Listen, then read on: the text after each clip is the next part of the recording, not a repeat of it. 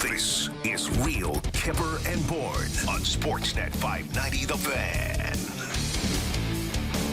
That it is on Sportsnet 590 The Fan, Sportsnet's YouTube channel, Sportsnet Now. Is there a Sportsnet Later, or is it just a Sportsnet Now? Sportsnet Later is a less used app. Sometimes you're subscribing on iTunes and Spotify. However you are getting us, we're glad you are aboard. I'm Nick Kypreos. He's Justin Bourne, Derek Brandeo, Jen Rolnick, Sammy McKee on this Friday the 13th. Oh, is it Friday the 13th? Oh, God, that's not good. Oh, boy. Here we go. Didn't even realize it, did you guys? No. Oh, God. Are you buying into that? Or No. Should I've had an we wait incredibly 2 normal hours day. should we wait in 2 hours to find out how unlucky Friday the 13th is? It's one of those things you get in a mindset and you're like, I don't know, things can kind of go weird on a day like today. Well, Create it yourself. Despite the calendar day, we are lucky to have Jim Montgomery, head coach of the Boston Bruins, on the show. A head coach of an NHL team. What a Yes. I didn't know they would come on our show. That's fascinating. One day we may get a Toronto Maple Who Leaf. knows? Probably not. The good news is they don't. They just say, "Hey, listen, we're not coming on your show." But the good news is we're not going on any show. Yeah, that's true. No one is getting to talk to them. The bright spot is Sheldon Keefe comes on our show every day, whether he likes it or not. It's true. We bring him on our show via Yes, audio. we do. And he says generally the things that he would just say to us. Yeah, Anyways, right. or the principal. Well, the other part is we Coach is also going to keep his mouth shut. live. We'll keep his mouth shut live on our show. Yes, we he know that certainly for does. sure. Also, Doug McLean in about 40 minutes. So that's where we get the true. We're less on the 13th of the month and more on just off the rails Friday, because you don't know where that guy's going to take anything. Yeah. But guaranteed today we haven't had him on in the last little while. I don't know. He's golfing a couple of times. So he's going to be jacked to come on and start talking God knows what. Yeah, I always feel like Justin, whatever your name is. I always feel like Doug has some like generational wealth thing going on. Every time we talk to him, he's like, "Yeah, I rented a Porsche and drove down to Cabo," and it's like, "What? What'd you do?" In the second hour, Shane Wright's going to pop in, and we'll get to ask him about his gold medal Shane Wright and Jim Montgomery, a couple of guests today. and how hot his Seattle Kraken are. Yeah, you gonna ask him about that? Yes. Okay. That's he's not there. Okay, they beat the Boston Bruins I know in Boston. in Boston, Boston scored 0 times on them. which sets up a game where both the Leafs and Boston are coming off losses. That's good. You wanted to get Boston's attention, really sharpen their axe before Leafs come to town. Well, and it's coming off a loss for the Toronto Maple Leafs to the Detroit Red Wings, which apparently hasn't happened in a very long time in regulation. Since 2017. That's the first time they've beat the Leafs in It's regulation. 2023. I know. That's pretty crazy. That is crazy. I will say that I love the fact that maybe the Bruins were looking ahead as well, right? I think that's possible. It matters to me that the Bruins care as much about Saturday night as the Leafs do, because to me last night was a vintage scheduled loss, second half of a back-to-back letdown spot where you're going up against Bruins on Saturday and then they lose to the Squids on home ice in regulation. They're both looking ahead to Saturday night, if you ask me. Love it. Set the stage. I get that for sure, and I think we're going to hear that out of Sheldon Keefe, who, despite losing to a team that doesn't seem destined for a playoff spot. He was actually okay with that. Let's go to our first Kyper's Clipper. Well, I love the effort. I mean, it's not just the back-to-back. I mean, that's 5 games in 8 days for our team. So the fact that we punched back in that second period to make it a game when it's 2-0, you don't let it run away on you. You score a big goal, and then you're fighting right there basically to the end. I love that with our group. Obviously, we just couldn't generate enough offense to make it a real game to go in our favor. But in terms of the effort, I love that our guys dug in tonight. Loved it. Is last night a little bit of an example that if the big boys don't carry you, was there a sign that secondary scoring that would have been a perfect night where somebody in the bottom 6 steps up with a goal here and there, and Bobby McMahon to kick one in or something, and you find a way, but no Austin Matthews, and I thought Detroit did a pretty good job on Mitch Marner. I didn't think Mitch Marner was that great last night, which is kind of a rarity that he's quiet. But as Kiefer mentioned, 5 games in 8 days. Like, it didn't seem like a whole ton of pop out there for the fellas. I would say that was by far Mitch Marner's least noticeable game of the year. Just like not bad, most games, like Kyper said, he's involved in everything. You really, you notice him in every facet of the game, popping offensively, defensively. Just felt like a night where it feels like they didn't say his name a whole lot. Yeah. Like he wasn't involved a whole lot. We saw on the lone goal with Sandin a really nice give and go with Tavares. But nice outside of that, I didn't get anything out of Tavares either. No, and he's the guy, Lucas Raymond scores that goal coming from behind Tavares, who's just watching the puck instead of getting the next wave of guys. It's a defensive nap for me on that one from Tavares. So not what you're looking from one of your veteran guys. Not to mention that one hit Samsonov in the hip and was going to hit the middle of the net and still went in. But Samsonov otherwise made some big saves, I thought. Back-to-back games where the goalies give you a chance at the end to come up with a point or two, and Murray was able to do that for a regulation win. Samsonov didn't, and he didn't have any offense to support him, but he kept them in the game. Yeah, he made some saves. That's a winnable game for them, right? They're down 2-1. Again, Matthews not there to shoot one in as he so commonly does. A couple of big ones along the way. So not a poor performance. I'm not sure what his save percentage would have finished at, but just below 900 probably. But still, a pretty good night from Samsonov. And you get a sense of the competitiveness now a little bit out of Samsonov. Here they are. They pull the goalie. They get the 3-1 game convincing goal. Mm-hmm. And then they, for good measure, they put in the 4th one. Did you see his reaction after the 4th goal? No. He was pissed. Oh, yeah? Because that's all about messing with my save percentage and my average. And that's just a crappy goal to give up for a goaltender. Yeah, particularly a guy scrapping for the starting spot and earning his next contract as the season goes along. Those goals matter as much as any, really. All right, you mentioned the goal, no goal. We had talked about McCann at in pretty great length the other day, and here he is. He gets his first NHL goal. Same city I got my first NHL goal. Yeah. I can't Was your dad there? Oh, yeah, my mom and dad were there. Oh, wow. I can't even imagine the feeling, the moment, that pause, and it's like, oh, God. When they took it away? Yeah. That's on your first NHL goal. Yeah. Talk about giveth and taketh away. I know. And he kicks it up to his stick or tries to away from the net, hits the other team.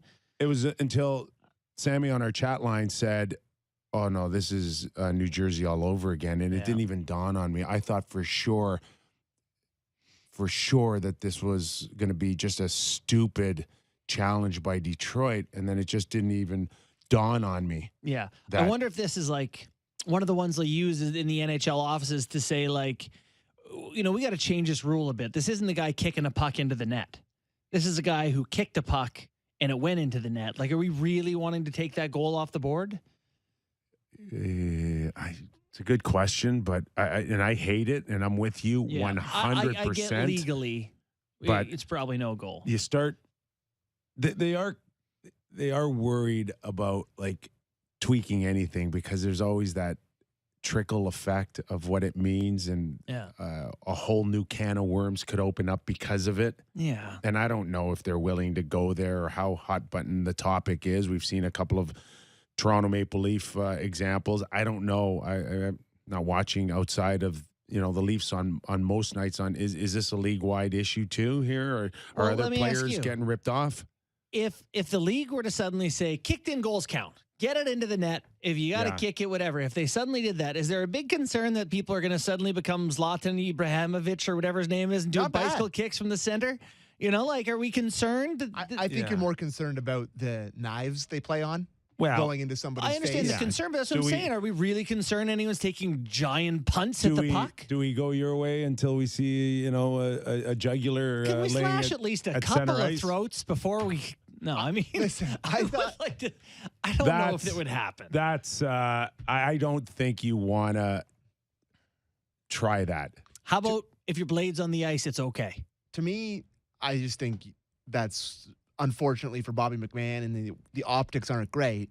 I don't know how you change it. Like, to me, it's just if it goes off your skate and doesn't hit another stick, it's no goal. Then if your skate is on the ice, it should be a goal. Well, whose jugular are you slashing with your skate on the ice? No one's. So why can't you do it? I don't know. Maybe then it's just more gray area. It's like the posts and all this stuff. To me, if it's a kicking motion at all, it doesn't hit a stick, it goes in the net, it doesn't count. We do not agree. Afraid of gray area. Let the refs make some calls. No, yeah. wow. We've seen how that's gone the last couple of nights, so maybe we avoid that.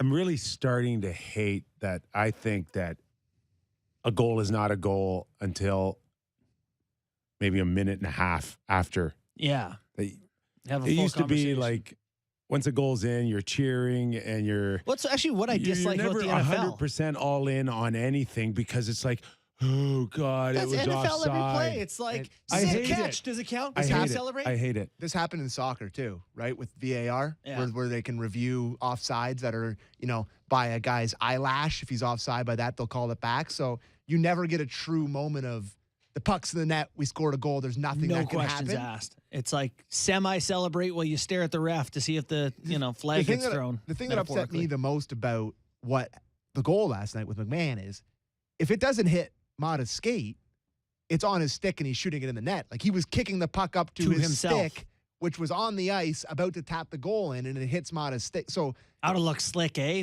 Back heel kick up to your stick. Which he was trying to do. So are you going to get rid of, as soon as you kick it at all, it doesn't count? Like, you can't kick it up to your stick? Like, there's just so many little things to me that upset me about that goal. But let's hear Sheldon. I feel sick for him. On the no-go call. Yeah, my understanding, and I had asked the official for the exact clarification on it. My understanding is that because it's kicked in any direction, if it's kicked and it doesn't go off of another stick, even if whether it's our stick, their stick, the goalie's stick, if it doesn't go off of anything, any sticks, then it comes back. That's the way it goes in. So rules are rules in terms of what should or shouldn't be. That's over my head. It's over all of our heads. Yeah. Because I don't know. I was just watching. You're like, okay, I guess you can interpret it that it was redirected and the rule says this, and according to the rules, it's correct, but it just sucks. Yeah. Bummer for McMahon, but nice that the Leafs have a player who'll be in the crease. Yeah. It's a good point. And I just feel for Bob, his family flies in. Yeah. He has a great first game, gets to go on the father's trip, and you go down there. Was it the second shift of the game? He gets out there, puck goes in the net, everybody's going crazy. Ugh. Actually, I did the Flames game last night, and Walker Dewar, second NHL game, just like McMahon, his family. I know. Who? Second, Walker Dewar. Sounds like two adjectives. But anyway, he scored and his parents were there. It's pretty cool. I think that the good news for Bobby is that he's going to get another crack against the Boston Bruins. I like him. Yeah, you do, eh? Oh, yeah. And it's fun talking about a couple of guys that can play. He's in Holmberg already. Hunt? No, sorry. Done. This is hey, amazing. really appreciate, coming in, giving it a good look, but Really? Completely agree, Kyper. Yeah, McMahon. McMahon over Hunt all day long. Bigger, heavier, Yep. looks the part. How The about Big Mac. Faster. How about Aston Reese? Ugh. I don't know what he's got to do to come out. Hey, they must love him. You can't have Hunt and Austin Reese. Yeah. They're really kind of twins. They're so Yeah, one's similar. a more energetic guy in Hunt, and the other's maybe a better positional guy, I assume, because they love him. Hunt 13th, 14th. Go back to the Marlies. Love that in the playoffs. Come on up. No problem. Love having Hunt in the press box. Yeah, and but say, cannot play fourth line Tampa Bay Lightning. Man. Yeah, I respect your opinion on that sort of role and that sort of player. And Yeah. when I watch him, I just think he's got some life to him.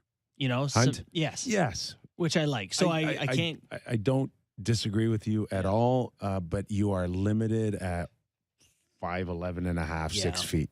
That's all. He's definitely 6 feet in the program. Yeah. Yeah. The same way I'm 6'2" in all the programs.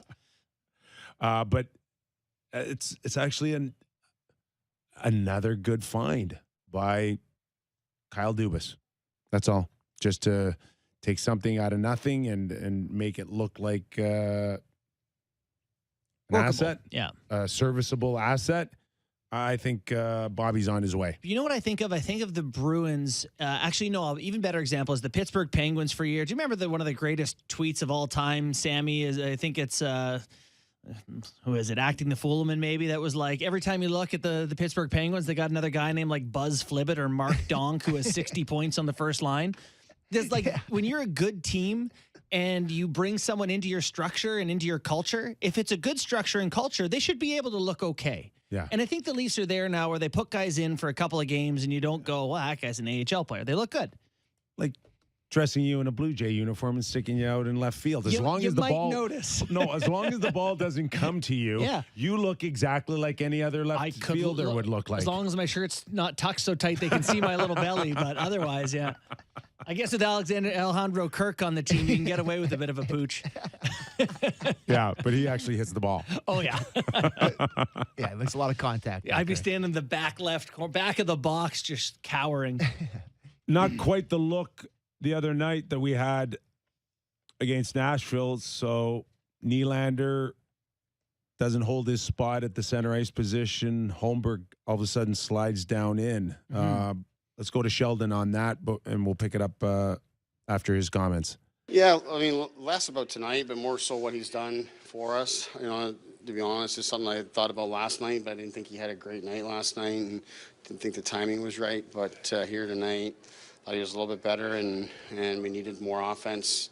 So I just thought the time was right to give him a little bit more there and have a true center in that spot. So I thought we'd give him a look, and I thought he was good with the puck and made some plays, but obviously not enough, for our team as a whole. Okay, we're going to pick up on that a little later. Let's just quickly go to Keefe on playing the Boston Bruins because we got Jim Montgomery in a moment or two. Well, I mean, it's not much of a race at this point. I mean, obviously they are. I mean, unless I'm mistaken, they're playing at a pace that's the highest winning percentage in the history of the NHL. So it's not much of a race at this point. But we would like to make it so that they have to try to maintain that pace, or we're going to be right there. So that's really it. Obviously, we failed to get points tonight, but anytime we're playing head-to-head, it's a good opportunity to compete. But more importantly, it's a good chance for our team to bounce back and go against a team that is going to push us in all regards. And I'm excited about that. We'll take a day off tomorrow, much needed, and regroup for Saturday. All right, from the head coach of the Toronto Maple Leafs to the head coach of the Boston Bruins, let's welcome in Jim Montgomery. Jim, thanks so much for giving up a few minutes of your time. I know there's a big game Saturday night, and for Leaf fans, they're a little excited that you've given them hope by actually losing a regulation game at home to Seattle. So on behalf of Leaf fans, thanks for giving them some life. Yeah, thanks, guys. I appreciate you, Justin and Nick, having me on the show. And, yeah, that's going to be a fun game tomorrow night. And as far as just coming off of a loss and, for the first time, a regulation loss at home. So What has been going? What's been so right, and what kind of snuck in last night on the 3-0 loss? Yeah, I think what's been going so right is we're really deep. I mean, we have two really good goalies. We got a deep back end, and we got four lines that can push momentum, push the needle back in our favor the next shift that they're out there. And when all four lines are going, I think we're really hard to handle.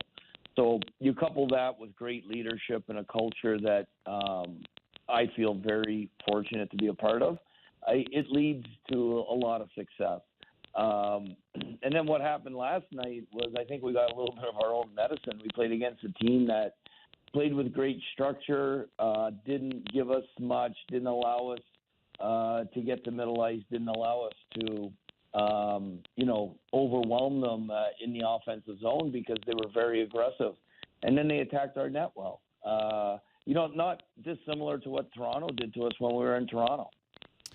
Jim, you mentioned their leadership and the culture there in Boston before you got there. What was it like, being the head coach and wanting to implement your own ideas and somewhat of your own culture, I imagine, with some parts of it already in place there? Was it, any sort of conflict or contrast? What was the process like of becoming a head coach of something that had been established with some guys? Yeah, well, I think the biggest thing about the culture with the Boston Bruins is how, I guess, open-minded and welcoming people are. It's a very inclusive environment. And, led by the Bergerons, Marchands, Pasternaks, Krejcis, Folignos, Lindholm, McAvoy, Carlo. There's so many players that understand the Bruin culture.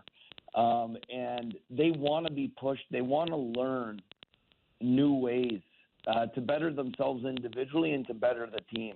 So there was never any conflict or contrast. It was, without the puck, we're not changing much because, but with the puck, there's a couple of wrinkles we're going to add. And they wanted to see those wrinkles and they wanted to go to work on them. And, that's where I say, it's an easy job because you come into the job and the players have a thirst for knowledge.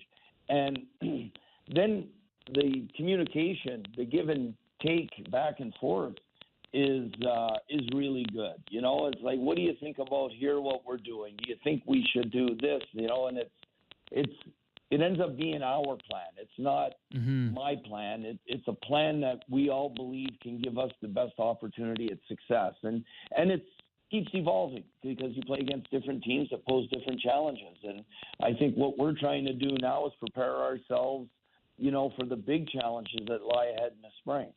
We're talking to Jim Montgomery, head coach of the Boston Bruins. Jim, from the outside in, we can all look at a guy like Patrice Bergeron or Brad Marchand and go, they're great players. But once you get there and then you're on the inside like you've been, what are the things that you see that doesn't necessarily show from the outside?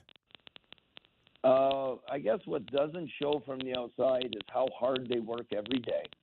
They're the best players in practice every day. And the other thing is how good people they are. Like Patrice Bergeron's awareness of everybody else. If someone's down, he's aware. He picks the person back up. If someone's out of sorts, either, because they're being way too competitive and they're getting on the verge of being obsessive about something, he's aware and he pulls that person back into a healthy state of mind.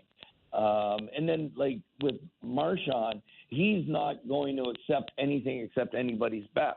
So he's going to raise the level of your competitive fire, whether it's through his example or he's going to lift it by, trying to demand more out of yourself. And that permeates through everybody else. Everybody expects the best that everybody has, and everybody expects everybody treat with everyone with respect and care about each other. Jim, all of us are different with different people, I think, in life. That's only natural to sort of make it work. And I wonder how you feel about how you're different with this team. You know, knowing that you've been with a couple of teams in the NHL in the past and in university and all that. Do you find with this many veteran guys that you get to be quieter maybe because they're not afraid to speak up? How do you feel that you're different as a coach with this group? Well, I feel that I give them a longer leash in games behind the bench when things aren't going well. You know, like we've had a couple of times where we're up 4-1 and we give up 2 quick goals. Normally I would call timeout, make sure the team's settled. But this team talks well on the bench. So it's like, well, what they're saying, I can't do any better. So I just let them play themselves out of it, and they do. And then I think the other part would be off the ice. It's not so much giving them a leash there, but it's the communication of I go to them, and a big part of that is Don Sweeney. Like, Don likes when I go and talk to players and ask their opinions. And that allows me to be myself because I want to know what the players are thinking. That helps me make the best decisions for the team. And the players here are always going to say what they think is going to help the Boston Bruins. So the trust level is so high end that when everybody's thinking about what's best for the Boston Bruins, you're going to end up making a decision that's going to be best for the entire group. And it's not my decisions. It's a team first decision by everybody. Jim, with such a big lead in the Atlantic and sights on maybe a first overall President's Trophy, whatever the case is, I mean, what do you do for the next 40 games outside of those few things? What do you do to prepare this team, not to win a round or two, but to win the Stanley Cup? Where's your focus outside of, you know, what is being presented here for 40 more games? Yeah, I think our focus is we try and stay in the moment. It's a big part of what we do is being very process-oriented. And if we think our process and our details and our habits are good, the success is going to come. But how do we get better? Well, there's areas that we try and pick on, like one day or max 2 areas of our game that we think either needs refinement or it's an area where we can get better. And we know that we're doing this in order to be at our best when it comes playoff time, because it's hard to, like, our group knows how we're supposed to play in all 3 zones with and without the puck. But are there wrinkles that we can add that are going to make us harder to play against? You know, like, do we change what we do in the offensive zone to try and create more offense? And those are just examples, but that's how we maintain our focus to try and be really good that day, but also with a little bit of our sights set on the spring. Mm-hmm. And I know great teams like yours, you guys typically would focus on yourself and doing what you do best and making other teams worry about you. Is there anything that the Maple Leafs do that's unique, or you say, okay, this, you know, when we play this opponent, the Maple Leafs are like this, so we have to pay attention to it? Yeah, you know, the Maple Leafs are extremely well coached. They transition well. They defend really well. It's very underrated how well they defend as a team. Mm-hmm. And, you know, they also pose some individual problems. You know, like, how do you match up against Austin Matthews? You know, who goes against Tavares and Marner? You know, like, and, you know, how can we try and get in front of their net because they're so well in defending the net? Those are, you know, so they pose a lot of problems, and that's why I think you look at the Leafs and Hurricanes and what the Bruins have done, to not have 10 losses in your first 41 or 2 games, depending on how many you've played, it's pretty incredible. So, like, this poses a great opportunity for us to see where we're at and where we need to continue to improve, whether it's individual matchups or it's the collective team versus team.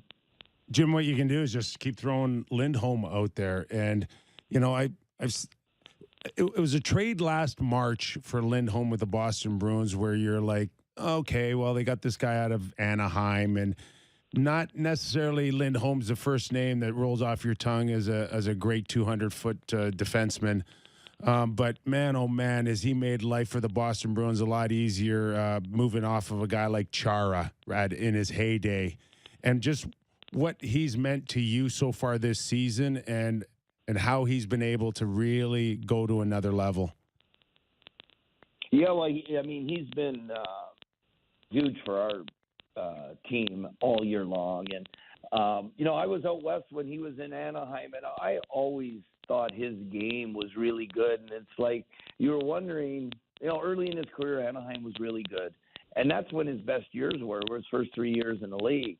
And then, every organization, I guess, has downturns, and Anaheim is in a downturn. And I think a little bit his development and his own personal game maybe suffered because of you're in Anaheim, you're not in the playoffs. Everyone in the league kind of forgets about you. And I think him coming to an original 16, being in a hockey rabid city like Boston where the fans love you, has re-energized him. And I think his 200-foot game is really, really underrated in the league. And I think people were, okay, well, this guy's a fine defenseman. He's not fine. He's elite. Yeah, and he really has been super effective. Last question for me, Jim. We appreciate your time. Just wanted to get a thought from you on your goaltenders. Linus Ullmark obviously having an unbelievable season. How much of that is getting to play behind a good team with good structure, and how much of your good structure comes from trusting that guy? I think it's 50-50. It's a really good question, and I think that he has matured, and goalies mature later, right? Like if you look forwards, peak at the earliest, then defensemen, then goalies, because it's the hardest position to be really, really good at. And his, I think, second year in Boston has helped him. He's used to be in Buffalo where he faced a lot of shots. Now he came to a situation last year where he faces less shots, and how do you keep your concentration and focus when you're used to 38 shots compared to 28? And then I think just being in the same city has really elevated his game, and we're really lucky. We have Jeremy Swayman, who's a terrific young goalie, who's got off. He got injured early in the year, delayed his development, and he's been great for us his last 7 starts in a row. Hey, Jim, one more for me, and I hope you're okay with me asking about just going from losing your job in Dallas, and you've been public about that. Just now, and we're in this world now where sometimes it's really hard for some people to get second chances. And here you are getting your second chance, and just how grateful you are for it. I'm incredibly grateful for it, and I would not be in this position if it were not for great family, great friends, and support of so many people in the hockey world, whether it's referees, linesmen, executives, players, and fellow coaches. The hockey world's a great environment where people are great people. And I think for myself, I would like our entire society to be a little more tolerant and forgiving of people who do make mistakes. I know I'm very lucky, and I would not be the person I am if it wasn't for second chances.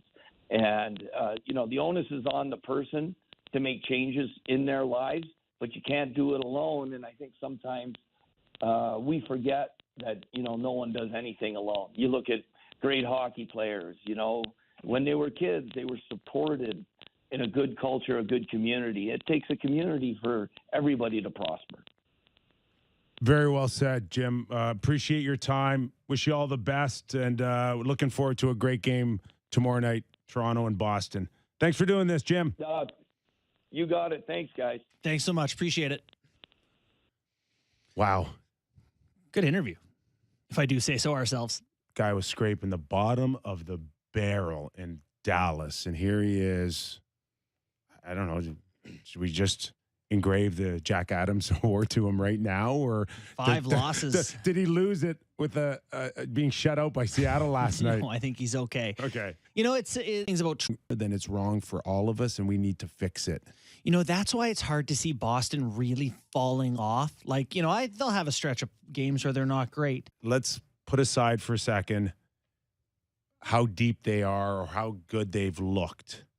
Mm-hmm. Is the sense from Sammy's world, i.e. Leaf Nation, is that it's out there that we we still feel better about maybe beating a Boston Bruins team than we do a Tampa Bay Lightning, because there is a sense that over the last few years, outside of that meltdown in 2013, that the Leaf teams have gone into Boston, they've won, and if I'm not mistaken, Boston may be a team for like Mitch Marner, who has as many points against them as he does any other team. Oh, really? Like, I don't know. We'll have to look that up. Yeah. But they is the perception is that the Leafs can go into Boston and beat them? No.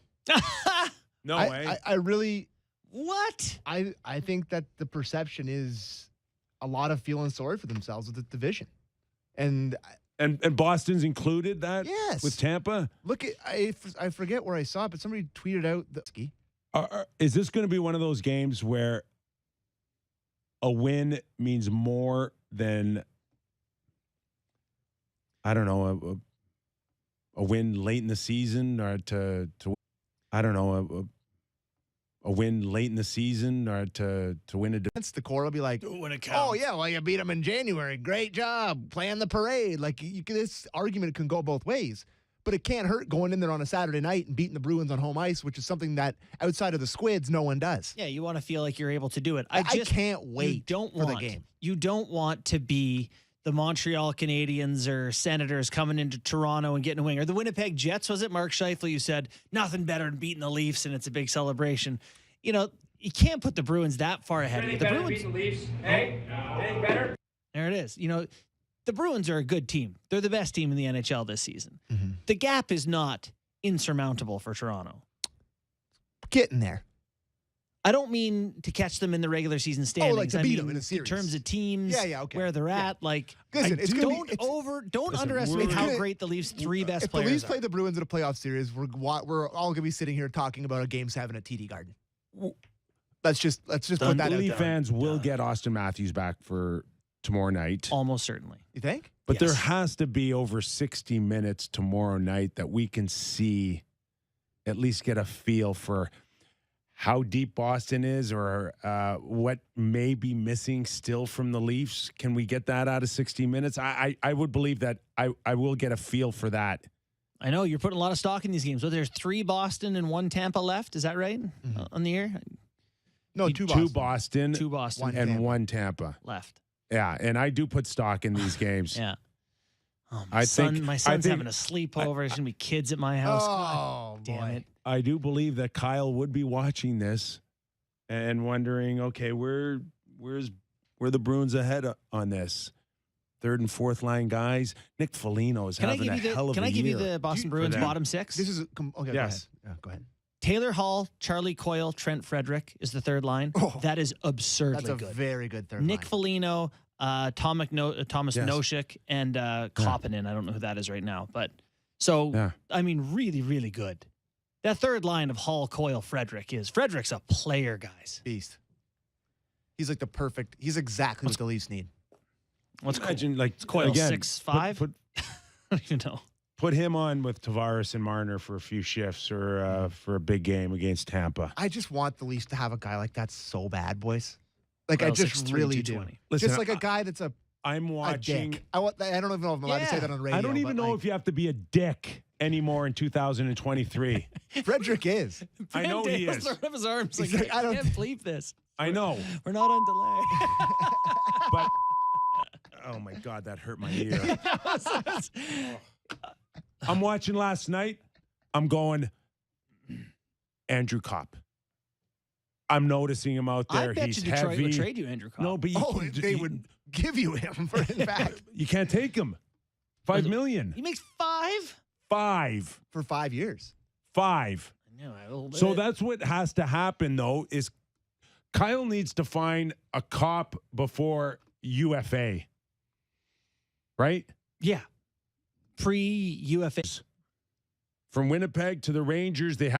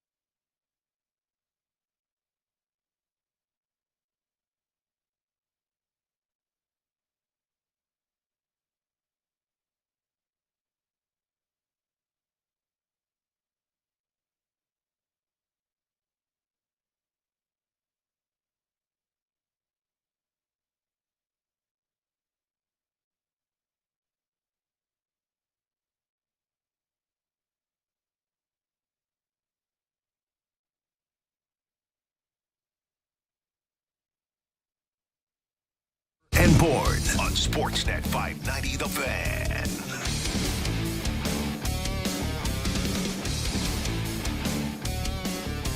Just before going to break, I told you we're going to have Doug McLean on, but I got to tell you this quick story.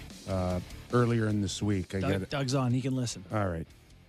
Earlier this week, Doug gives me a call and he's like, John Bartlett. And I'm like, John Bartlett, our Sportsnet play-by-play guy, John Bartlett? And he goes, yes. He's driving me crazy. He says he keeps calling me up and he wants me to invest and I'm ignoring it. And he's just keeps coming back to me, sending me messages. Mm-hmm. He says he's starting to stalk me. He goes, how well do you know him?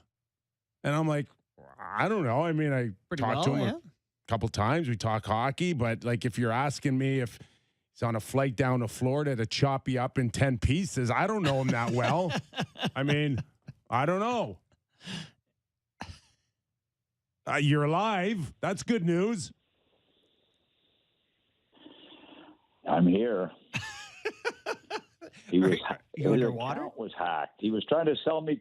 He was trying to sell me crypto, and then I realized his Instagram account was hacked. Some idiot was wanting to send me crypto. I was trying to be nice to Bartlett. He said, what are you doing? I said, well, I'm busy. I'm playing golf. I go to the beach. I'm doing a little real estate in PEI. But overall, I've got this crypto deal, and I'm thinking, look, shut up. I don't want crypto. I have enough headaches. Anyway. So that was my week. I mean, it was Mario last week. It wasn't it was Bartlett this week. I got people bugging me all the time. So it was an actual. It was an actual person. It wasn't like an automated machine sending you stuff. Someone actually I have no idea pretended to be John Bartlett. It's not been a good. It just hasn't been a good week. Like I told you the other day, I go to play Pine Tree, this exclusive country club where Broder's a member, and Ray Shepard's a member, and Mario's a member, and Mario's kid's a member.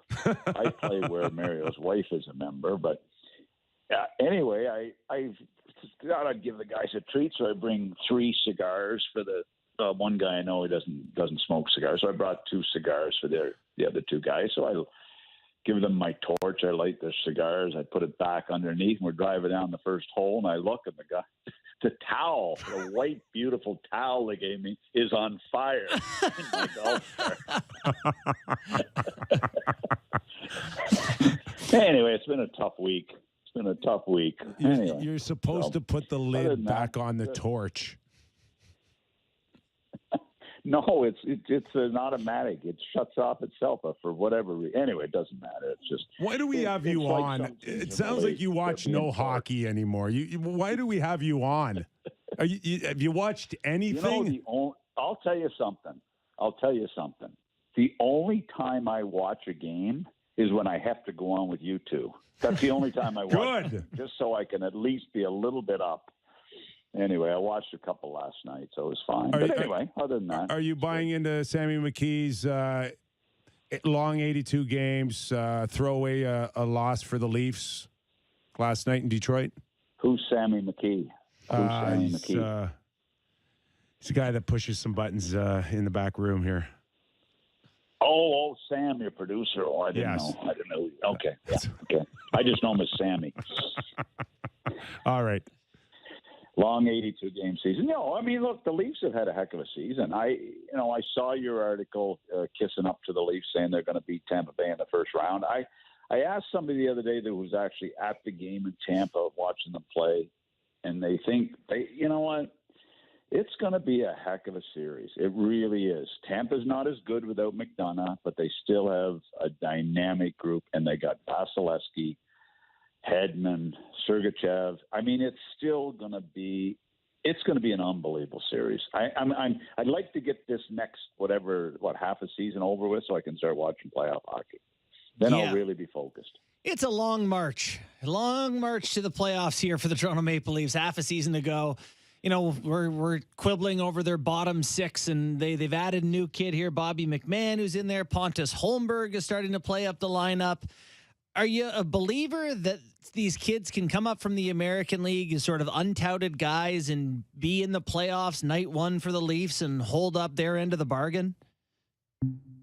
And he's gone. He hung up on me. He didn't want to talk about the bottom six. I'm interested in his answer. I am curious to know if he legitimately was like, this kid wants to talk to me about Pontus Holmberg. No, I got stuff to do. But he's been around long enough to know that a Nick Paul can make it or break a 7-game series. Yeah. I love that in 2 stories, he got duped by a bot and set his towel on fire, and we're asking for opinions. But he's starting to lose his mind. I love that. I love that he also doesn't care. This is what it is. You got it back? You know what? It sounded like he almost ran out of battery. I don't know. They're pushing a lot of buttons back there. So. I'm interested in his answer because you do frame it rather interestingly in terms of saying, okay, how do these guys go from the American League to trying to win a Stanley Cup? Yeah. All right, you back? No. We're just talking about long seasons. I'll never forget we had a 5-game road trip when I was coaching in Columbus. 5-game road trip, and our 5th game was in Colorado when they were really, really good. And I'm thinking, okay, boys, we got to be ready to play. And I'm thinking it's like our 4th game in 6 nights. We weren't a very good team to begin with, and we're playing Colorado. And I'm coaching. I give the great pep talk about, and we're losing 5-0 after the first period. And I said to my assistant coaches, guys, if we keep playing like this, it's going to be 15-0. Like, seriously. And you know what? The guys didn't have one thing in their tank. They didn't have a thing. It was that type of long season, late in the season, really a grind. And it's a grind for everybody. We ended up losing the game 5-3, because we battled, and they stopped playing, really was the reason. Colorado said, okay, I'm not going to embarrass this new franchise. But it's a long, tough season. And, in every professional sport, it's the same. It gets to be the dog days. And I remember when I was coaching and when the pitchers reported to training camp for the Major League Baseball, it was like, oh my God, we're finally in the stretch drive. Now we can really. This is the fun time of year. Once the pitchers report, you're saying, okay, now we're in the stretch drive. Now we got to really take it to a whole nother level here. So it's funny how you have different marks during the season. Ask him that question. Yeah. It was just before we lost you there, I was asking about, Nick and I had been talking about the bottom 6 for the Leafs, and now they've got Bobby McMahon playing a few minutes. They got Hampus Lindholm actually took some shifts on the second line for them. Just want to get your thoughts on if it's possible for these guys who are relatively unheralded players to step into the lineup and, be impact players in a playoff series. They got Hampus Lindholm from Boston? Or sorry, with Pontus Holmberg. It's all similar sounding. Imagine that. Okay. I was wondering where the hell you were going with that. I thought, where did I miss that trade? Yeah, big deal today. And he's a defenseman. He's not playing up front. Anyway, you know what? We saw it with Ross Colton when he came up with Tampa Bay a couple of years ago. Really had a great run. It happens. Guys come up and get the job done and buy into the roles and really have perfect fits. And it seems to happen every year. We saw it happen with Goudreau a few years ago. We had a great playoff in San Jose. I mean, it happens where guys come in and become really important guys. Goudreau again, and, different teams. Certain types of guys rise to the occasion. The Leafs have missed on it. They've missed on it, in my opinion, for 4 years in a row on finding that right bottom 6. This year, their bottom 6 at times have played pretty well. So this is another test for them. Their goaltending is going to be a test. Murray and Samsonov have played really well. Full marks to them for most of the season. Their bottom 6 have been pretty good, maybe as good as we've ever seen recently. We'll see what happens at playoff time. That's going to be a real important test. The big boys, it's tougher to score. It's tougher to play. They're defended so much. The defense becomes so much tougher on the best players. You need those guys to perform. The Leafs, in my opinion, their bottom 6 has been pretty good. Now we'll see what they do at playoff time. But that's going to be a monumental test. And they can't get it wrong this year. They got to make sure it's right. Trade deadline is going to be real important because Boston are going to add. I was talking to somebody yesterday. Boston are going to every top prospect with the Bruins, as thin as they may be in the prospect chain, are available because they're going to go for it. Boston, they got to go for it. Tampa, they're going to do something. So what are the Leafs going to do at the deadline? It'll be to match what they're going to be up against. I think the Leafs have a good chance to get by the first round. I'm with Nick on that. I really do. We're talking to Doug McLean, former NHL president, general manager, and head coach. As far as little over 24 hours, Mac, how much will Brendan Shanahan and Kyle Dubas take out of what they witnessed tomorrow night in terms of going up against a team like the Boston Bruins? Can they get a pretty good idea out of just one game to know what the focus needs to be? Can they zero in on that out of tomorrow night's game to get to a trade deadline? Well, they just have to watch how the Kraken decimated the Bruins last night. They ate them up. Just follow the Kraken model, whatever that is. But it's certainly working. We had Montgomery talking about it. Now? Yeah, 7 in a row now. Look, I think this is a good matchup. Again, earlier in the season, they played really well against the Bruins. This is another big test. The Bruins have been the best team in the NHL. By far, they've been the best team and most consistent team in the NHL. It's a great test for them, but those are matchups, but those are different from what it's like when you hit playoffs. Nick, you remember it goes up 25%. The intensity level goes up 25%. It's a different game. You got to play through people. It becomes a grind, and it's a good test, but that you got to be prepared to play at playoff time. And I'll never forget, and I tell this story all the time. I remember saying to my team every night before we played Pittsburgh in the playoffs, I said, we want to make Mario and Jaromir Jagr hate hockey by the time this series is over. And you know what? Both of them hated hockey at the end of that series. They hated it. And it's vicious out there. So it's not the same today, but it's still vicious. Doug, I know it's impossible to really know in terms of culture and leadership of a team when, none of us are inside the Maple Leafs room. But how do you think they stack up against the Boston Bruins team? We talked to Montgomery and you talked about trust and how all these guys have the best interest of the team in mind. And, you head into a playoff series. How do you think the Leafs stack up in that department? Have they been through enough now that we feel like they've probably got some of their own culture and leadership to count on? Well, how can they not? I mean, how many times can you be kicked in the teeth before you say, okay, enough already? And they've got quality people there. They've got, Matthews, Marner, Riley, Giordano. These are quality people that, that should be more than prepped to challenge. But the Bruins are pretty unique today. They're pretty unique. When you got Bergeron as your number one guy and Marchand, who everybody hates but everybody would love to have, and Pasternak and McAvoy and Carlo, and their goaltending, which is like a team. Their goaltending is a team, those two guys, So,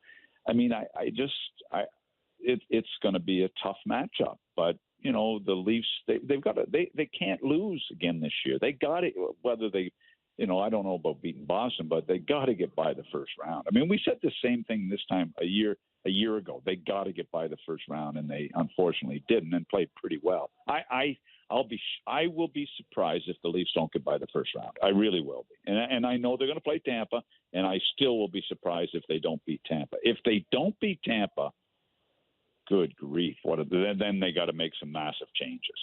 That's what's got to happen. But I think they beat them. I really do. Want to keep it in the Atlantic Division, Mac, and just get your thoughts on the Ottawa Senators. And the big talk going into the season was meaningful games. Are they going to play meaningful games here? Are they already trying to, outside of ownership, in a short period of time, I look at a guy like DeBrincat, and I'm like, what are they going to do with this guy? They can't let him qualify at $9 million and then walk them to unrestricted free agency, can they? No, you pay a first, second, and third round pick to acquire DeBrincat. You got to sign him, and I'll be shocked if they don't get him on a long-term deal in the $7.5 million range. I see that. I know they want to sign him, and I think they will get him signed. They like him. They actually think he's got a chance to become a very important guy. Will he ever be a 40-goal scorer? Maybe not, but he's certainly going to be a 30-goal scorer. And I think he's a good asset, a valuable guy. They like him a lot. I'll tell you what they're really excited about. Giroux has been the first acquisition they've made in years that has come in and really set a tone in their room. And, they rave about Giroux and the job he's done, the respect he has. Kachuk's the leader, but don't discount the leadership of Giroux in that dressing room. I'd love to see them make the playoffs. It's going to be such a race to get in, though. That's the challenge. I mean, what are they out today? 6-8 points out. I mean, it is going to be so tough to climb over teams, but I'd love to see that young group get in. Talbot, can he get them in? He's good. He's average. They need him to be unbelievable down the stretch here to get in. And Shabbat's, to me, I keep watching Shabbat thinking, oh, my God, you've got to be better than what I'm watching. You've got to be better than this. I mean, maybe I'm catching him on off nights, but this guy has got to be better than how he's performed on a lot of nights, for me anyway. At 8 million or whatever he's at. You think Ottawa, of the group that's not Toronto, Boston, Tampa, are they the next best team? Is it the Sabres? Is it the Red Wings? Who you got? You're talking Atlantic? Atlantic, yeah.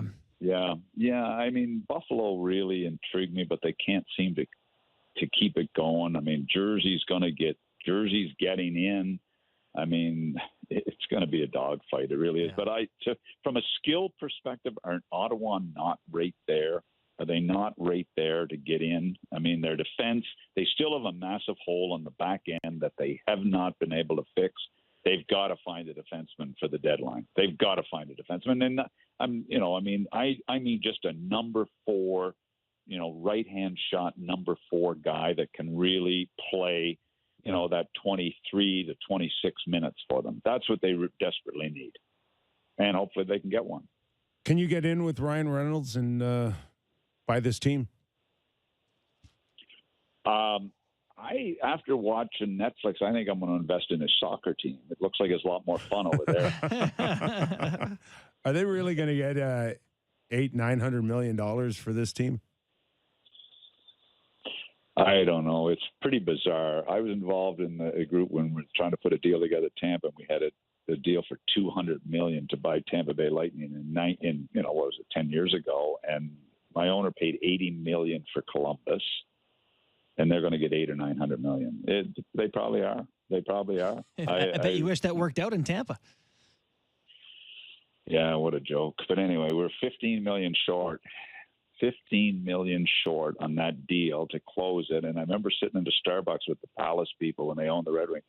And the guy that was heading up our group, he said, look, if you guys will hold $15 million in paper, we'll close the deal on Monday. And I thought, oh my God, give me a drink of that cappuccino. We're going to celebrate here. And they refused. They didn't. And they ended up holding $150 million in paper to the group they sold it to. Wow. Ouch. So anyway, because they, obviously didn't have enough money. So anyway, it was a fun experience. I mean, I spent 8 months on that process, and we ended up not getting it, but we came out of it all right. Okay, one more quick one. Connor Bedard, is it just an absolute given that this guy's going to be able to do what all players that get labeled as generational do? They come in and their impact right away. Do you see that with this kid? Oh man, he looks so good. He looks just amazing. The only game I really saw was Canada USA, and it was a hard fought battle, and there wasn't a lot of ice at times to go.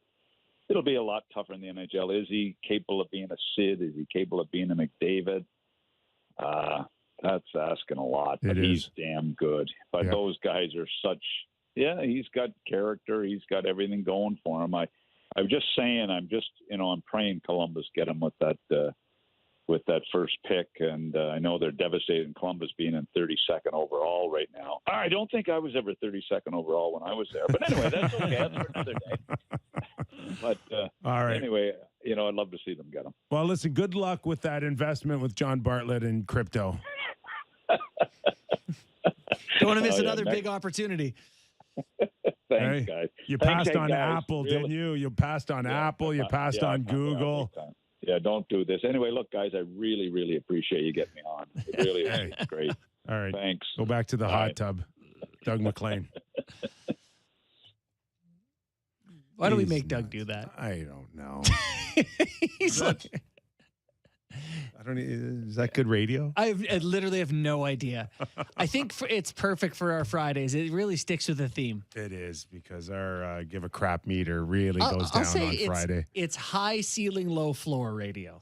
We get Good. a little bit of both. And just enough to give us our next break. Okay, when we come back, Shane Wright's going to pop by and we're going to talk a little Windsor Spitfire, World Juniors, Seattle Kraken. So happy to have Shane on board when we come back after the break. And we'll also get into a few things. Emily Kaplan spoke of Austin Matthews not being 100%. I want to get into that as well after the break.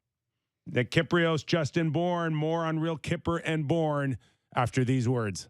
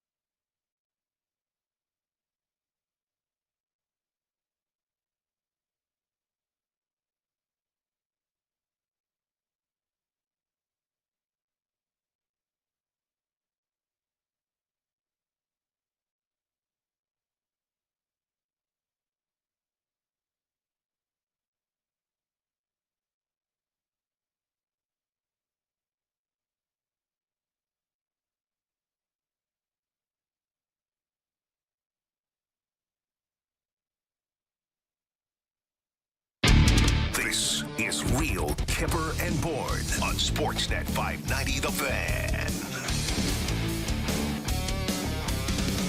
So happy to be back off break because I don't have to hear Sammy whining and complaining that no one's giving him a stealth driver We got to talk to for some his people. golf show. I don't know if there's any like large golf outlets that work with individuals out there, but if they do, Because give me a chance. he hears Just give me a other chance. he hears other shows getting free stuff. Yeah. And it's pissing him off. well, I've never got one free thing ever. That's the I'm biggest lie I've thrilled. ever heard one person tell. I mean, I've got free golf, but not one free golf thing, like a driver or a I've putter. given you a sleeve of balls. And you gave me a driver too. you get a hat every time, and I giving you gave every a- time a I've gone really- golfing with you. I gave you a crappy driver, apparently. Yeah, it was not great. It's like hitting a pop can. Yeah. Yeah, this show and Golf Guys available for golf sponsorship. Yeah. Anyone want to send me a driver? I'm available. All right. Let's put it on Shane Callaway. here. We want Callaway, though. I'd like some irons. Would be nice. They're great sticks. Yeah. I've had I need mine for 3 new about wedges. 6 years. Oh, really? Oh, yeah. Got some TaylorMade rack irons. All right. How far are we from golfing? Oh, too far. I think we're at the farthest from on both sides. We're in the depth of it. All right, Sammy, you're going to find a Shane Wright? Yeah, he's going to call in a second. All right. So, Shane Wright, Windsor Spitfires currently. How awaiting- many, I'm going to ask him, how many teams has he played on this year? I think it's just 3. No. Yeah, the Kraken. Seattle? Oh, the American League team, Yes. Coachella, the World Junior Yes. team, Windsor, There you go. 4. and coming up 5 likely, right? Isn't that the thing he's getting traded somewhere? That's Well, and I don't think he went back to Kingston. oh, Let's ask him. okay. Let's welcome in Shane Wright, the newest member of the Windsor Spitfires, of course, top prospect with the Seattle Kraken, and most recently captain of the gold medal winning team. Shane, thanks for joining us, man. Catch your breath yet? A little bit, yeah. Obviously, been a little bit of whirlwind here. Been a couple different teams and different places and all that. But yeah, definitely finally nice to settle down here. Yeah, no kidding. You're not going to play on another team, but between now and the end of the season, that must feel good. Yeah, it definitely feels good. Like I said, nice to finally know where I'm playing here. Nice to know what team I'm on and living situation as well and all that. So definitely a good feeling for sure. Why don't you tell us about the experience so far? I mean, some NHL time. You have a World Junior experience. The first half of the season, maybe not exactly how you saw it going, but how would you sum up the learning experience that the start of the season till now has been for you? Yeah, I think I've definitely learned a lot. Obviously, just a chance of being in Seattle, being around those guys, and having that NHL experience is really beneficial for me. Definitely learned a lot from those guys. Learned a lot from those games, and the AHL as well. Learned a lot there, and then World Juniors as well. Took a lot from that experience. So I've been fortunate enough to be around a lot of really talented, really high end guys, high end players, and definitely was able to learn a lot from all of them.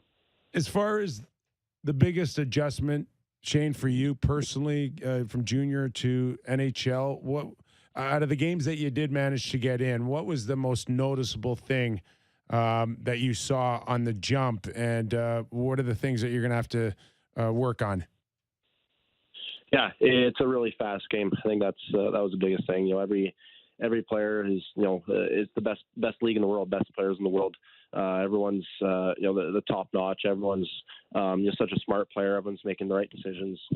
Every pass on the tape, you're not really making mistakes, and the ones you do, the mistakes that you do make, they're going to cost you. You're going to maybe end up in the back of your net or end up in a scoring chance against. So you have to be perfect. You have to make sure you're on your game at all times, and it's definitely a bit of an adjustment for me for sure.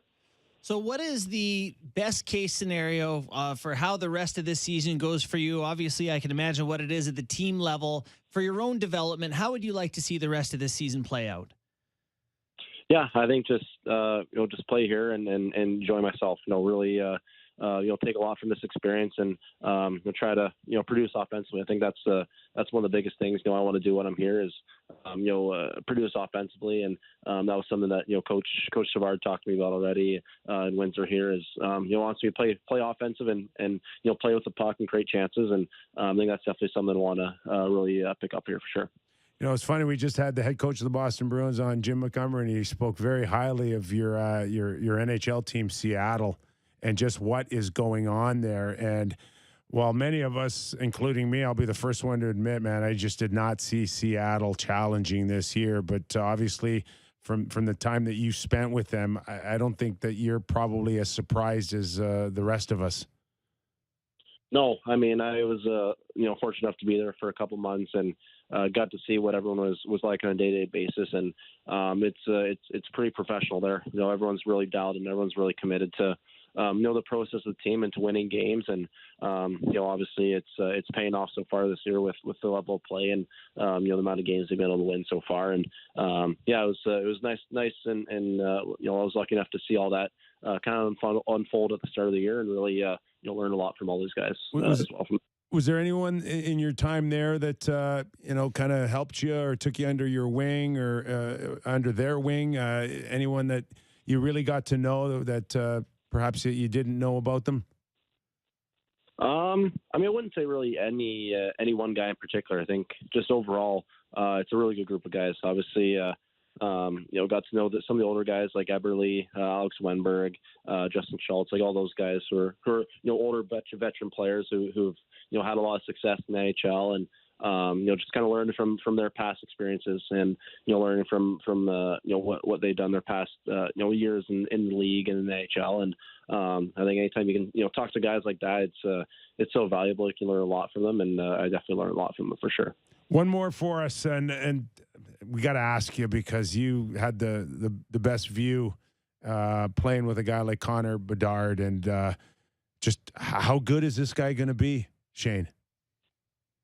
Yeah, I mean, I have no idea how good he's going to be, but I know he's going to be pretty a really, really good player. I think obviously everyone sees the talent and sees what he can do with the puck, and I think a lot of time goes unnoticed. Just how committed, just how passionate he is to his own game and to getting better and always improving himself. I think that's something that I really notice about him is he's always expecting the best of himself. He always has high expectations of himself, and he always wants to be the best version of himself that he can be. And I think the sky's the limit for him, and I'm really excited to see where his career goes.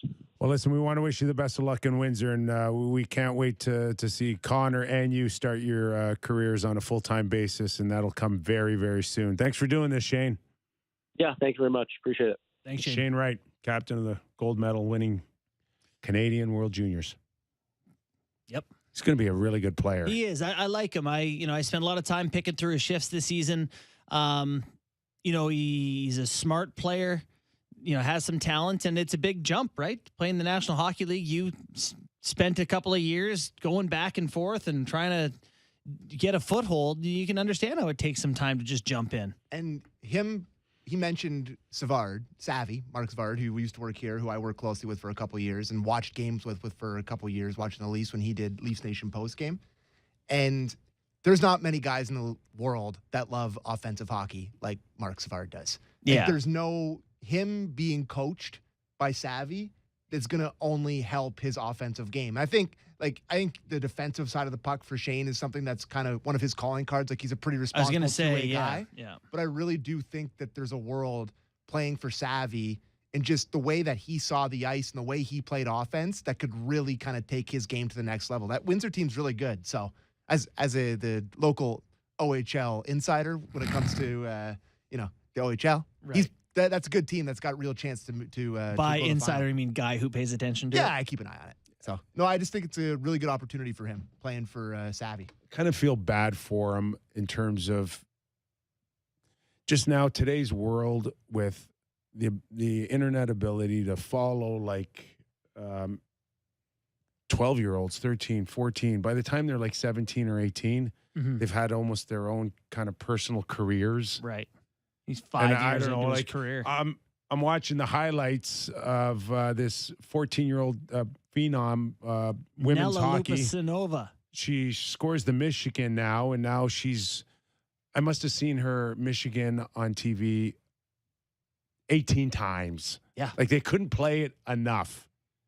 But she scored another goal that was way more nasty. Yes. We are the one with the toe drag We're in this world now when we can get our hooks on these kids at such a young age and watch them, and it's almost as if watching Shane Wright in those last 6 months of going from basically first pick overall to dropping, as if there's some sort of failure with that. I know. He got selected fourth overall into the National Hockey League. Fourth overall, and somehow we've managed to make him feel bad about it. I know. It's so What is wrong with us? I know. Oh, he got into, what, he got in 9 He's NHL no games this year at good. 19 years old? Who said anything like that? Well, it is definitely implied that this year. Oh, okay. Oh. Sammy burying him. Oh, I didn't bury him. In case. But you understand what I'm saying? Yeah. He can go and play 15, 20 years. The question is now do we believe that we've seen enough to say definitively that he's going to be a good player, but he's not going to be a star. He's not going to be a guy that can franchise type of player as you get up and the levels get higher, your ability to separate yourself from that pack is smaller. Everyone's good. So we just watched him get to the highest level of all and kind of work his way in a little bit. The problem is not that we kill the guy for failing. It's that we big them up on the way up when it's unrealistic. But it's the hype, right? It's always about the hype. That's right. And who can with hype? Nella. I'm sure she's going to be a wonderful player, but pump the brakes on the exciting, and that way the bottom's not so bad. If we can find that sort of, this is a good player. Lafreniere in New York. Sure. Is he going to be a superstar in the league? Or is he just going to be a very good player? To see it happening, probably a very good player. Jack Hughes recently took the leap. Nico Hischier never quite did, but he's a good two-way guy. Yakupov's not in the league. I don't know. It's tough, the top picks. Jesse Puljujarvi. Like Shane Wright said, pretty fast league. Pretty fast. Pretty good players from all over the world. Good league. Connor Bedard playing in the Western Hockey League. Mm-hmm. How many Western Hockey League players in the last 30 years have gone first overall? I just heard this the other day.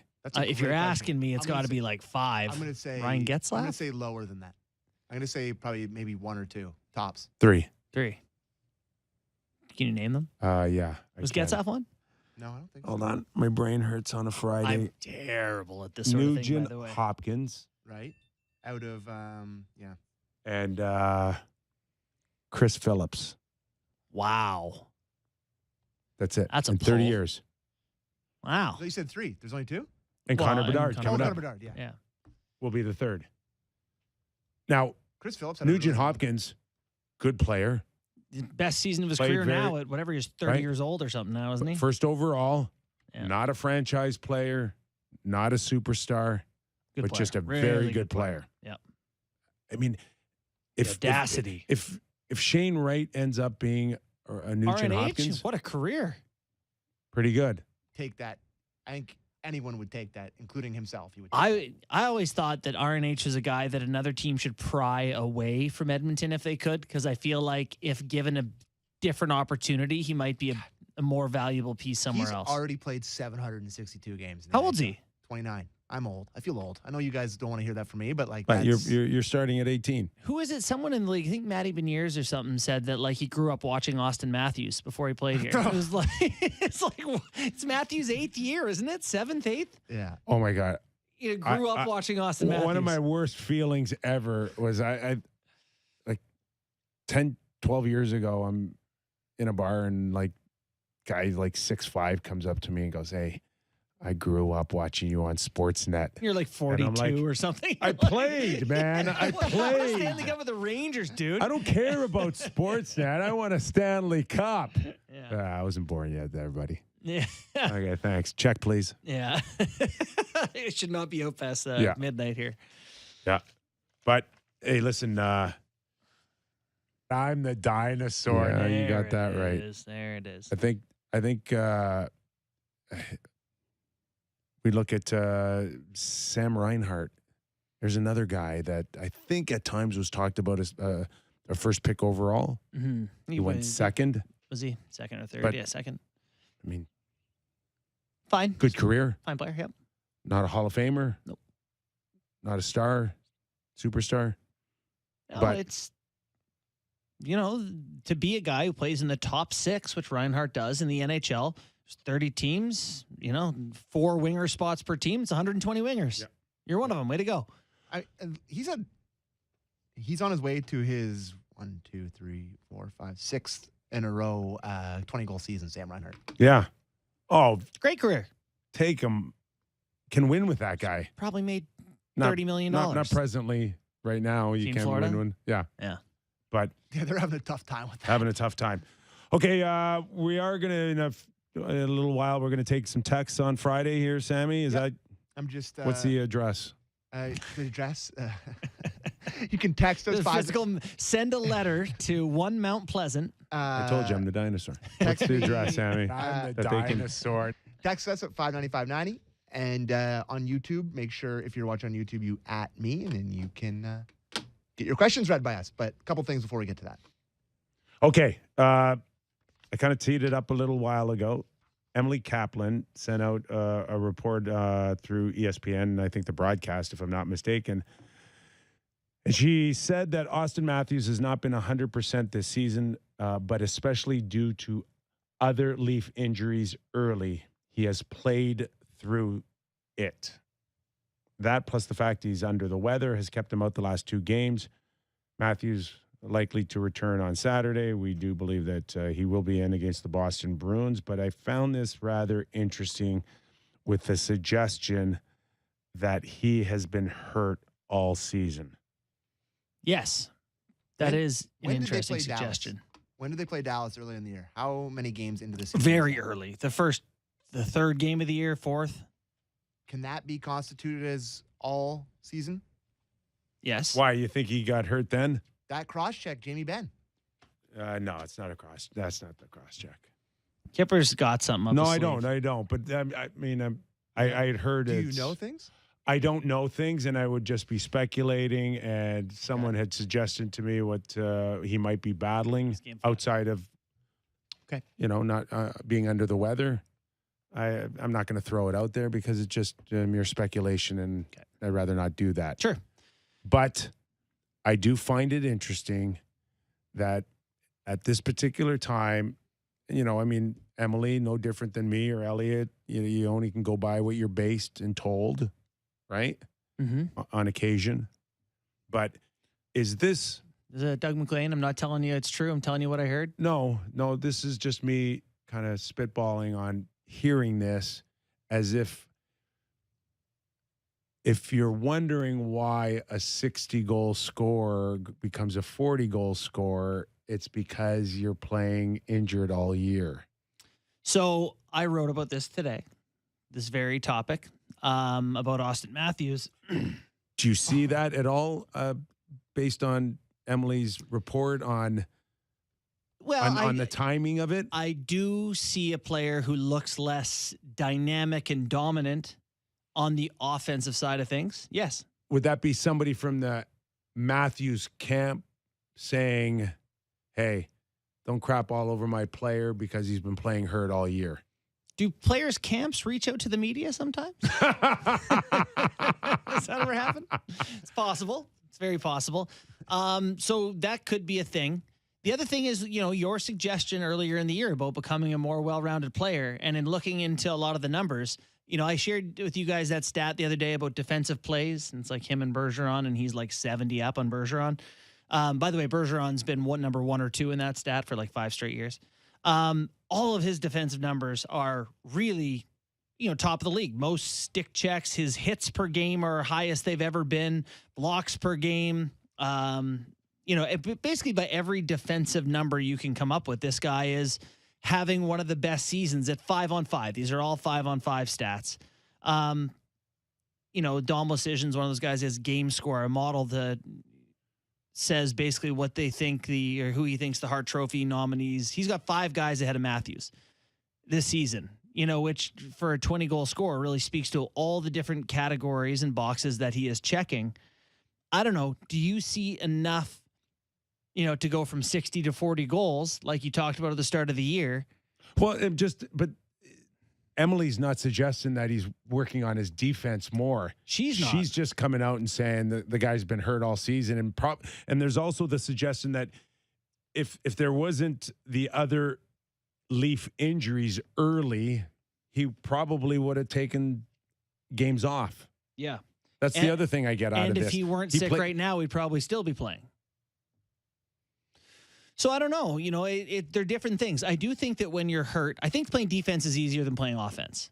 I think you have to be more dynamic and energetic, and it's harder to create offense. Let me throw one more twist to this report. Mm-hmm. Is that he's negotiating a contract this summer. Mm-hmm. Is this another message maybe to the Leafs saying, I'm negotiating as a 60-goal scorer here, and if he ends up 40, don't be coming back at me and negotiating as a 40-goal scorer? I feel like you would think of that, Kipper. No. That is the most Kipper thought.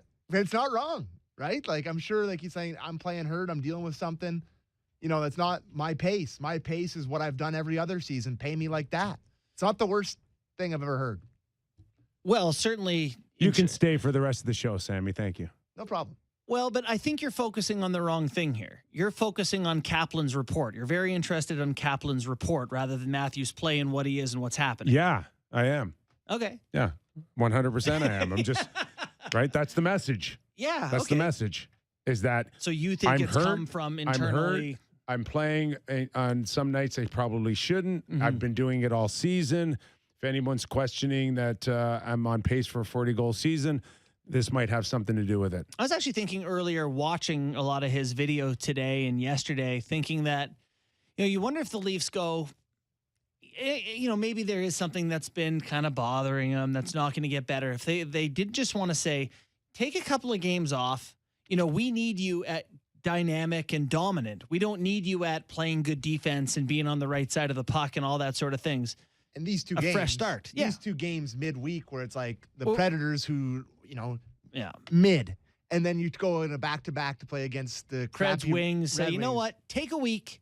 Let's start over against Boston. See if we can find something here from you. Just looking for a little bit more pop from the guy.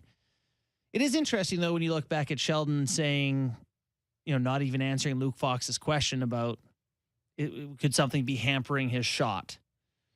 You know, if he knows that there is something lingering here with Matthews. The last thing Emily Kaplan's report does for me is completely shuts him down from the All-Star game. Whether he gets in off of a vote or not, he ain't going. Right. You don't. That pleases me. You don't. You know, come out with a report saying he's not been 100% all season this season, and then go to the All-Star weekend. Yeah. So congratulations, Willie Nylander. Yeah. I think that's a great assumption. Have we seen any updated numbers on that? Like, have they put anything out? I haven't. At hashtag NHL All-Star vote, which wraps up this I guess Saturday. that's a question. I should probably be answering that question as I am the producer of the show. There's still that behind the scenes stuff that some teams don't want certain players to not go. They don't go. I appreciate the fan votes, but at the end of the day, teams and leagues decide who go. Yeah. So you don't think John Scott's getting in this year? It's going to be kind of interesting. I think there might be one or two names that we could just shake our heads at, but I don't think there's going to be as many as we think the potential has to be. Okay. Do you guys see it come up in your Twitter feed? Do you see anyone getting votes? Like with this hashtag? No, I've not seen any leaderboard. Is that what you're asking? I am asking that. I've not seen a Me neither. leaderboard. Me neither. Nor have I. You want to talk about Carlson? Yes. Yes. Okay, so this is the last thing before we get to a few questions. Erik Karlsson. So what's the word? Give us the background. So Frank Saravelli put out a tweet saying that it was reported that the Sharks' ask for Erik Karlsson is 3 first-round picks, and the Sharks will retain 18% of his contract. Imagine you did that. If Your you team can't- took on $10.5 million for a 30-some-year-old guy with injury issues. No. For 3 first-rounders. Can't get it if you don't ask. Okay, I'd like to be paid $1 million to host this show. There you go. Me It's too. getting redundant. Listen, he's good. Again. Are we talking about me? Carlson. Oh. And you're okay. Thanks. I'll take half that then. Canadian. Yeah. Yes. He has put himself in a position where he's really good. Yeah, Like the best right now. Unbelievable season. Norris Trophy for sure. For me? Yeah. No. Up until this point. I mean, he has the most points by a lot. He's having an unbelievable offensive season. I would take 10 guys in the league before him at the same money. 10? 10 guys. Okay. I'm pretty confident I could get there. What would he look like, say, in Edmonton? Look like the Oilers. Go really good this way and not so good that way. Wouldn't he? It wouldn't put them right at the front of the line on a team that could get to a Stanley Cup final in the West? No, not for me, man. I know what we're going for here, but it doesn't do it for me. Yeah, Edmonton? now we're talking. Now we're talking. Okay. I want someone to okay, we're up 3-1. Who's going over the boards? That we trust to protect this league. You don't want to. What did we say he has after this year? 3 more years? Yes, 10.5. So they're offering to retain 18% of his salary. Which I don't think is enough. I mean, so that gets him at what, 9 million? I'm not good at math. 8.5, something like that. His salary is $12 million this year. His is 12? Yes. Yeah. So it's Cap hit 11.5. Okay. So, 9. I think there'd be takers at 7.5 to 8 million on the next 3 years. I think so too. But it's not. Eric Carlson, it's not- 7.5 it's 4 to 8 years million. after- I'm in. 4 years for after, sure. It's 4 years after this. 4 years. Yeah, it expires in 26, 27. But that number you're talking about is a Morgan Riley number. Minus 18% is And would you rather have 9.84 Carlson million. than Morgan Riley? Of course you would. Yeah. And he has a no move. So as much as San Jose can float out 3 first-rounders, He'll go where he wants. he's Pat Kane. Yeah. When Eric Carlson says, why are you wasting your time talking to Edmonton? I already played in Canada. I played cold. I like it in California. Focus on south of here. I mean, all of that still has to get played out here.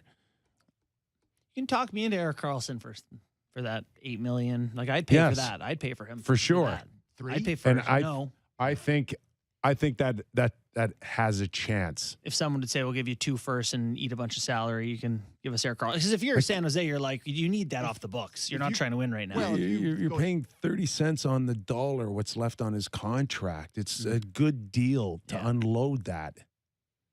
They're just being too obvious about how they want to get rid of this. Like, this is their one shot, they feel like. How he's playing right now is to get rid of this contract. And it feels like they're playing with pocket aces and they have a big smile on their face. Big ask for Greer right now, right? Like you're first time GM. Better nail this one. He's not Trade a getting. no trade. He honest. If he can get his owner to withhold 30% and get a first rounder out of it and a prospect, run. Yeah. Run. Your team Totally agree. stinks. Totally agree. And they're going to stink for a long time. Yeah. And you get to save your owner a ton of money. Yeah. Yeah. Well, you're not winning and improve your chances of getting better draft picks. And, if you're San Jose, you're saying, don't look at Ekman Larson. Don't look at what's happening there. Look at Lindholm. You leave a bad team and you're good. Don't look at Ekman Larson. Don't look at that. It's Lindholm. And all of a sudden, it's funny because I've been saying this right from the get-go. All of a sudden, Pat Kane has got some health issues. So what do you think? I don't understand what you think that means. That he doesn't want to go somewhere? It means Or he that wants to protect himself until... He's got options. It means, if I need to shut it down and do some cleanup work and decide my future in the summer, that's what I'm going to do. I'm not saying that it's going to happen, and I'm not saying he will not be traded in March. So then is that leverage against Chicago basically to say, trade me exactly where I want, or I think it just reminds everybody I am in complete control here. That's all. he did an interview.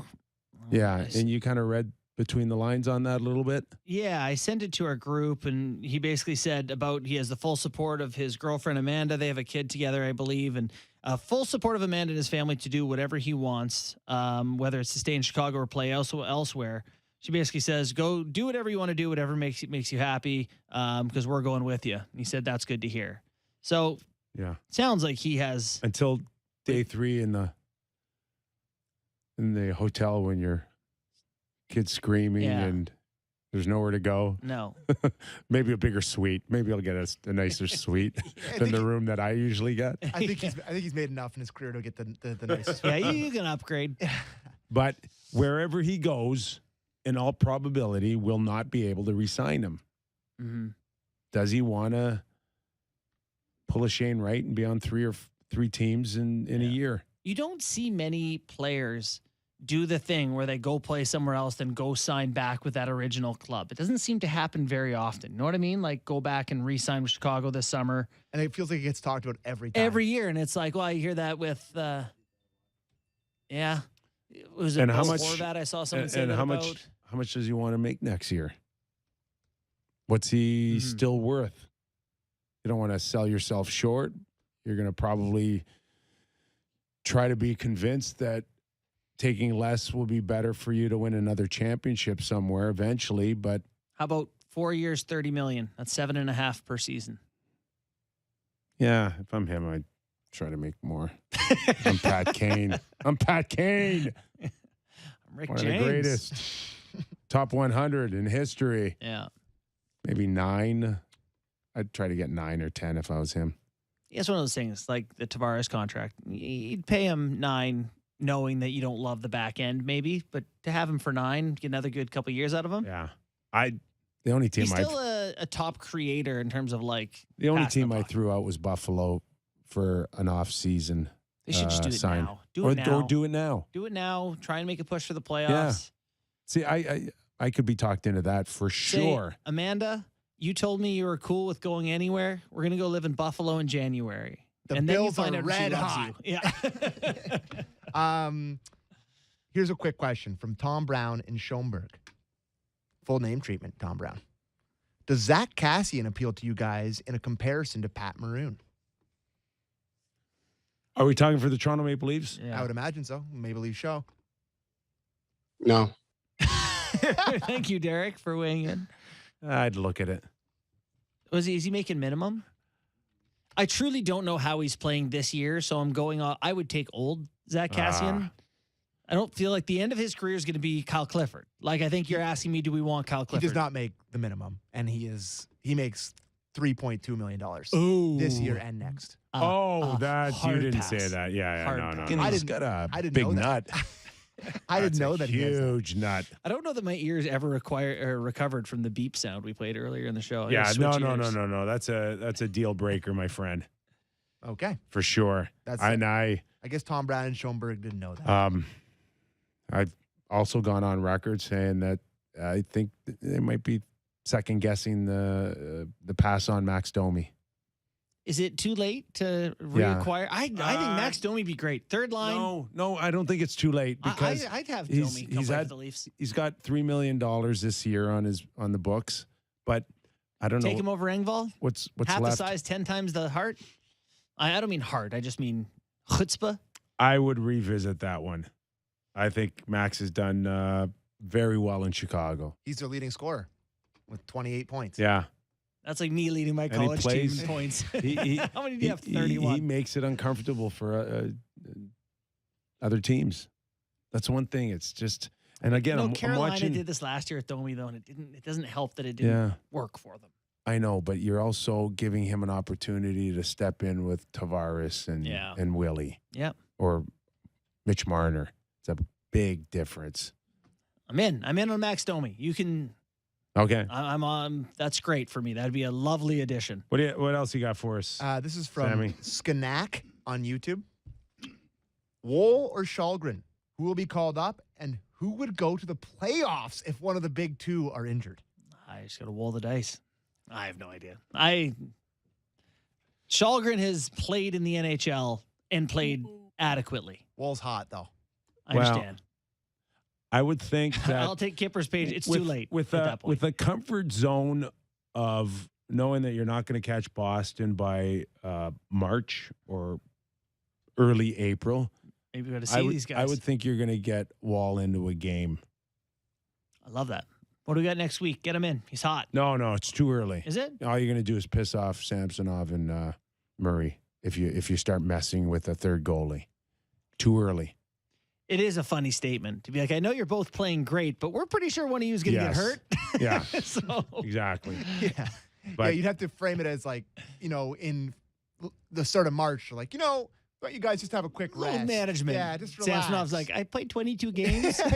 once you're in that, have some smile. once you got 10 games and under, you could do a lot of things. Yeah. Knowing that you're a lock for what's going to happen in the first round. Panthers, Habs, Jets next week, by the way. Panthers, Habs, Jets. And Jets and then Habs. Doesn't it feel like Montreal beats them every time? For sure. This is a question here. It's more of a statement from somebody that texted in, Matt. Can you guys talk about something other than Matthews? How about the NFL? The playoffs are tomorrow. It's Sportsnet, not HockeyNet. Is that a serious comment? No, but that gave me a perfect opportunity to be like, what's going to go happen in the NFL? Who's making it in the Super Bowl? So you're not on camera, but you're loaded with your hoodie. Yeah, I got my AFC hoodie on today. This is the weirdest hoodie of all time. Yeah, I love it it. just has not even like cheering for one team, just all the AFC. I cheer East for the teams. whole It's conference. like Rob Lowe wearing the NFL hat at the football Exactly. game. I love the sport. I don't love one team in particular. So The Jets are on there. I love it. Super Bowl predictions. Who's going from both conferences and who's going to win? Any picks? I got absolutely nothing on this. No idea? Nothing to offer at all. Do you watch the NFL? I do, but like You don't follow the discourse? No. Oh not- my God, Kipper knows. I don't have Kipper time. watches it Well, every I do weekend. now.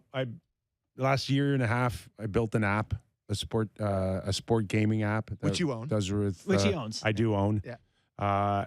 With just reward points, we soft launched it with the NFL. Mhm. So now I'm watching every play and answering questions for points. Right. So I'm like glued. She's like, my wife's like, oh my God, hockey all week, and now I got to watch football on the weekends.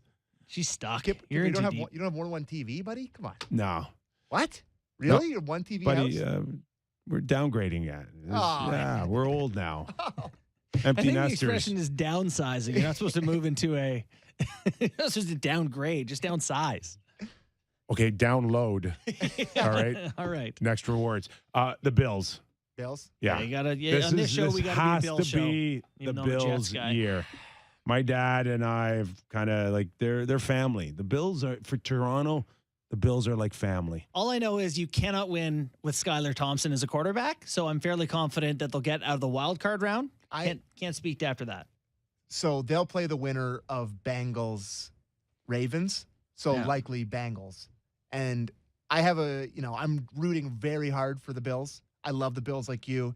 This whole DeMar Hamlin story. It's just, it would be such an incredible serendipitous story. They go on a run, they win it for him. But I got a bad feeling about the Bengals for them. Yeah, you don't like it, eh? They're good. Oh my God. That Joe Burrow is Joe, a cool hey. customer, man. Cool customer. I'm a big Burrows fan too. Yeah. We have one cool He white is. guy, and everyone's like, I like this guy. he's second coming to Tom Brady. Like he's the real deal. So that's going to be a hell of a game when it happens. Speaking of not cool, Tom Brady is still impossible to bet against for me. So Agree. Yeah, how about that? Yeah. Anyways, I can't think of an athlete I like less than Tom Brady, but tough to knock his career. predictions at TD Garden tomorrow night, fellas. I think it's a great low-scoring game. Give me a 2-2 overtime match. 4-2 Leafs with an empty netter. Wow, we got positivity. Yeah. 4-3 Bruins in regulation. A lot of goals. Matt Murray, big test. That's what I want to see. How's Matt Murray? All right. Fun today. Fridays, baby. Doug McLean, Shane Wright. Who else do we have? Doug McLean. I already mentioned him, didn't I? You did. I'm so happy. I'm not working tomorrow. Jim Montgomery, Shane Wright, Doug McLean. But most of all, thanks to all of you who continue to watch and listen and support us for some reason. We have no idea why. Stay safe, everybody. Have a great weekend. We're back Monday.